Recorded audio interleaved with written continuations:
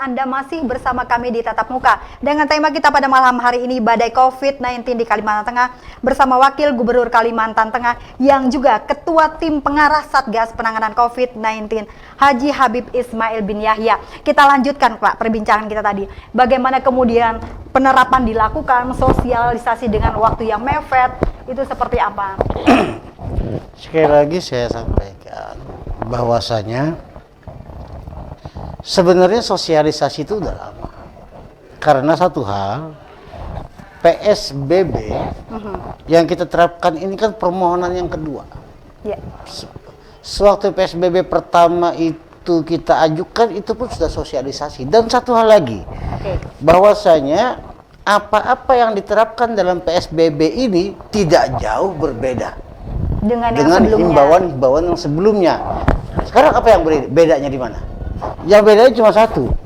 Tatkala diterapkan PSBB, kita punya kesempatan sedikit untuk memberikan punishment atau sanksi. Itu aja. Sementara tatkala himbauan dulu kita tidak bisa sanksi. PSBB kita bisa menerapkan jam malam. Kan banyak yang ngomong, kenapa malam? Apakah virusnya malam aja menyebarnya? Itu sesuatu pikiran yang saya anggap terlalu kalau boleh dibilang terlalu naif lah ya. Kenapa malam? Karena malam itu adalah waktu santai. Dikhawatirkan tatkala tidak ada penerapan jam malam, orang yang tatkala siang sudah lelah bekerja, dia mencari hiburan, mencari teman-teman untuk ngobrol di suatu tempat, dan itu jadi ada kerumunan.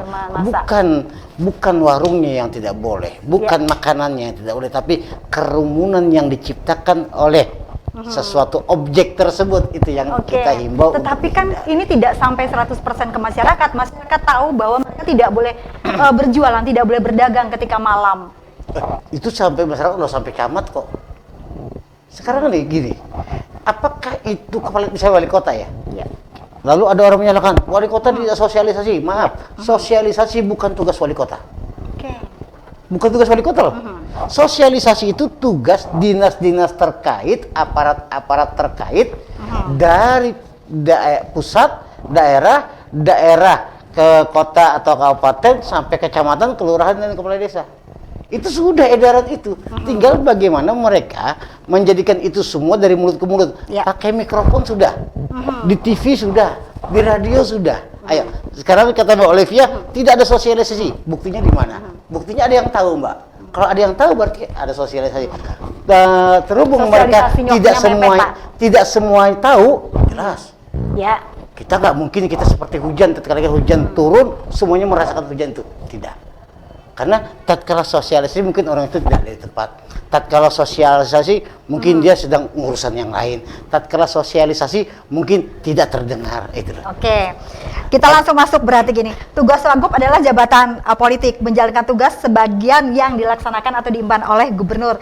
Kemudian melakukan pengawasan kinerja pemerintah, dan selama ini seperti apa, Pak? Termasuk yang tadi. Pengawasan kinerja pemerintah kita dibantu oleh inspektorat ya. Kita bekerja dengan inspektorat, dan alhamdulillah dan saya tugasnya pengawasan pemerintahan itu bukan hanya di provinsi, meliputi semuanya sampai ke desa. Dan itu kita lakukan. Namun sekali lagi, pengawasan kita ini adalah bukan pengawasan yang ingin mencari kesalahan, tapi pengawasan yang ingin bersama-sama menjadikan satu misi, visi, pikiran, satu niat, satu tekad untuk menjadikan pemerintahan ini bagus. Itu pengawasannya. Tatkala ada sedikit kesalahan, langsung kita tegur. Jangan sampai kesalahan ini menjadi fatal dan bisa menjadi kejahatan. Ingat, kesalahan adalah kesalahan, bukan kejahatan. Tapi kesalahan yang bertumpuk-tumpuk dan berkali-kali bisa berubah menjadi kejahatan.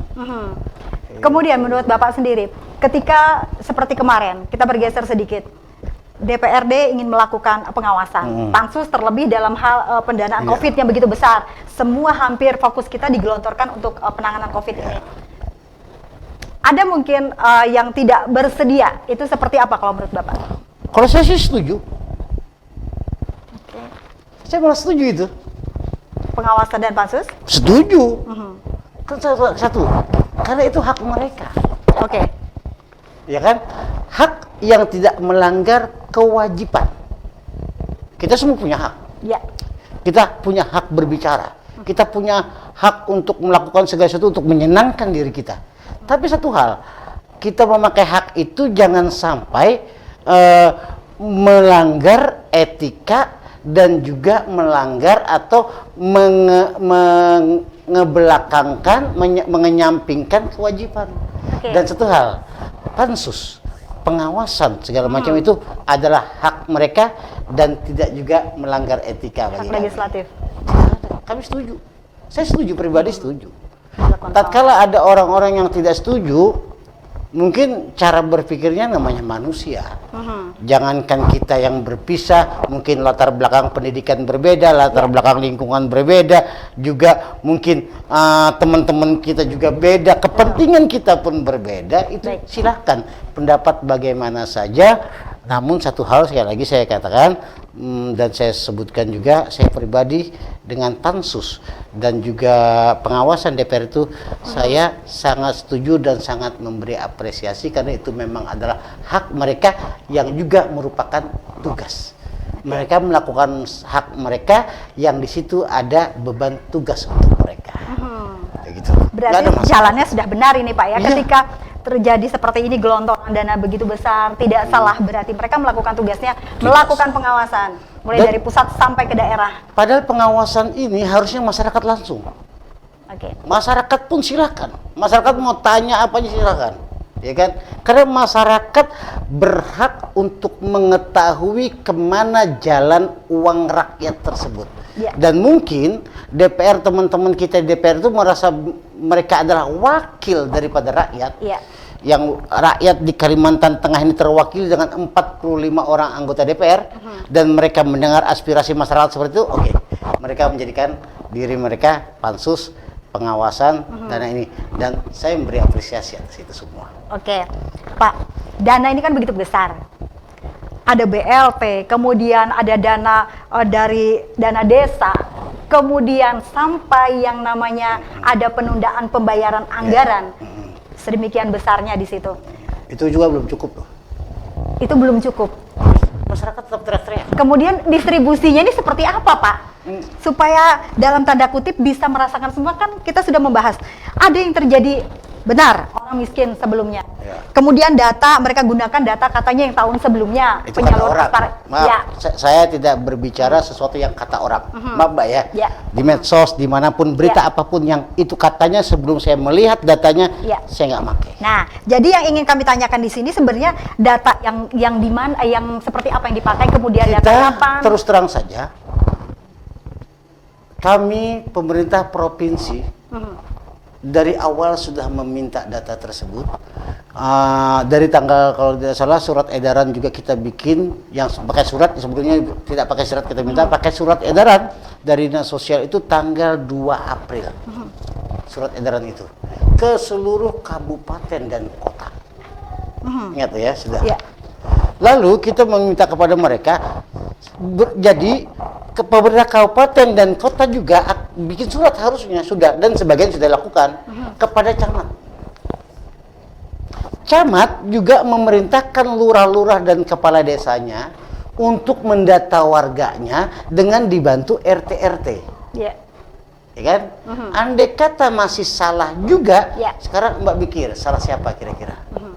Saya tanya kembali ya, anggaplah saya jadi presenter sekarang. Ya. Mbak, kami sudah bikin nih suratnya nih, dan ini buktinya ada, surat ini. Lalu masuk ke kami, ya kan? Sumbatannya di mana? Gitu. Salah lagi nih kan? Oh, ya. Berarti yang salah yang memberi informasi atau yang mencatat, Mbak? Yang memberikan informasi. Siapa yang beri informasi? Yang dari bawah tadi. Saya. Kok nyalakan kami? Kenapa jadi lambat? Ancamannya adalah bahwasanya tatkala penyaluran ini, misalnya kita Ya. ya, tidak boleh BLT, tidak boleh, Ya. yang dari desa tidak boleh tidak boleh ada duplikasi, Ya. PKH tidak boleh menerima juga, Kartu habis itu prakerja. BNPT juga nggak boleh, Ya. oke, prakerja.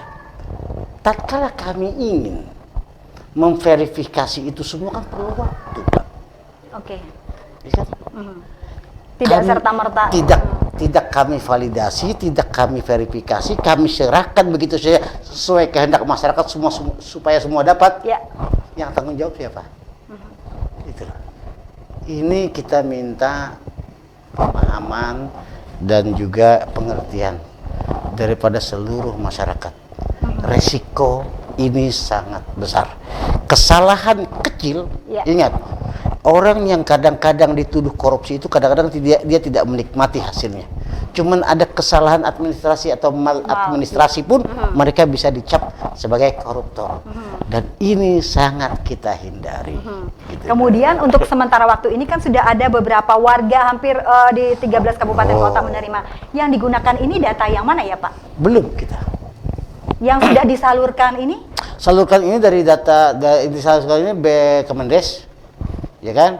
Dan ada sedikit dari APBD yang sudah dicairkan sesuai, tapi sedikit saja ya. Nah, karena anggaran-anggaran itu lebih kita pakai untuk pembagian APD, alat pelindung diri, habis itu masker, ada sejuta masker Pak Gubernur sudah pesan, dan juga ada bantuan-bantuan untuk tenaga medis semuanya. Yang saya tahu untuk bansos ini belum tersalurkan karena itu tadi kemarin sudah mau disalurkan dari kantor pos. Ya, tapi sekali lagi sesuai apa yang kita lihat juga di medsos dan laporan ke saya pribadi. Bisa contoh, ini contoh saja ya. Sewaktu tanggal 3, tanggal 2 surat itu ada, kalau nggak salah tanggal 5 itu saya ke Kapuas, Pak. Kebetulan di Kapuas banyak teman-teman RT, teman-teman saya. Saya kumpul RT itu.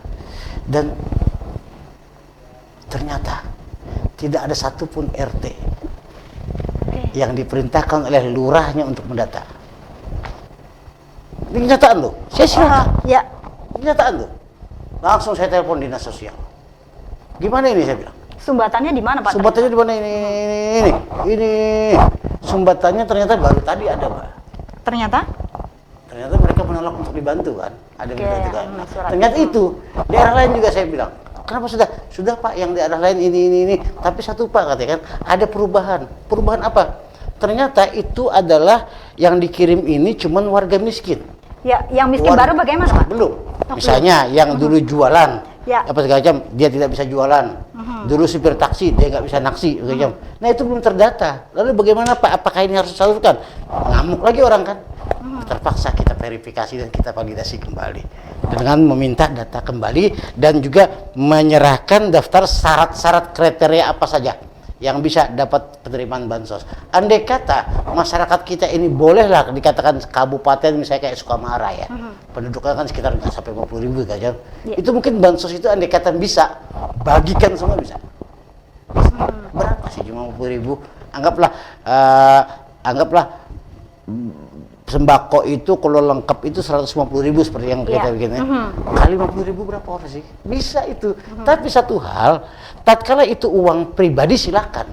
Bisa gini. Misalnya kata-kata ibarat kalau bahasa kita tuh, nih uang lu mau pakai buat apa kayak terserah. Mana ikawi? Duit ikau kayak ya. Tapi tatkala ini uang pemerintah, uang negara yang semuanya harus dipertanggungjawabkan, kita nggak bisa sembarangan. Biar desakan bagaimanapun, tatkala ini belum tepat dan belum pas, maka kita harus berani telinga kita dicaci maki, sementara badan kita harus tetap bekerja. Ya kan? Kemudian nasibnya miskin baru tadi gimana nih Pak? Kita kan tetap didata. Tetap didata. Kriterianya seperti apa Pak? Dan itu sudah ada kriteria masing-masing dan sudah didata potensi-potensi di mana saja yang bisa masuk miskin baru ini. Di antaranya Pak, di antaranya apa nih Pak? Pengusaha rumah makan, yang kecil-kecilan, yang rombong, kayak kita ke rombong nih. Iya. Nah, penyanyi, ya kan, sound system segala macam, salon, yang dia ngontrak tokonya, itu jadi miskin baru itu. Ya, belum lagi yang lainnya ojol, bisa ojek apa segala macam tuh. Kalau ojol sudah banyak lah orang bahas, kita udah sama bahas. Yang lewat di luar daripada itu lagi gitu lah. Ya, itu semua banyak. Pak, tapi ketika harus menunggu verifikasi. Petani nggak masuk ya. Ternyata petani tidak terkena imbas loh. Petani nelayan? Petani padi, segala macam tadi tidak kena imbas. Ketika Pak segala sesuatu harus menunggu yang namanya verifikasi data, kemudian harus menunggu yang namanya KK, KTP. Sementara misalnya di luar itu sudah ada yang sudah dalam tanda kutip kejat-kejat itu Pak, menunggu dana itu jadi menunggu bantuan. Itu seperti apa Pak? Tetapi jangan dijawab dulu Pak. Nah, kita sebentar. Pemirsa jangan kemana-mana, tetaplah bersama kami. Kami akan melanjutkan perbincangan malam hari ini. Dan inilah Tatap Muka setelah jeda pariwara.